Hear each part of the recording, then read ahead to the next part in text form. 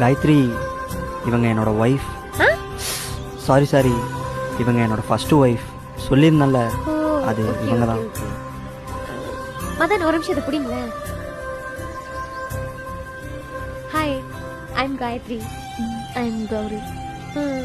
Sorry, நான் ஏதோ தப்பான டைமில் வந்து உங்களை டிஸ்டர்ப் பண்ணிட்டேன்னு நினைக்கிறேன். சச்சா, அப்படிலாம் இல்லை. ஐஸ்கிரீம் சாப்பிட்றீங்களா? இல்லை, பரவாயில்ல, இருக்கட்டும். மதன், டைம் வர ஆகுது, நம்ம கிளம்பலாமா? சரிங்க, நாங்கள் கிளம்புறோம்.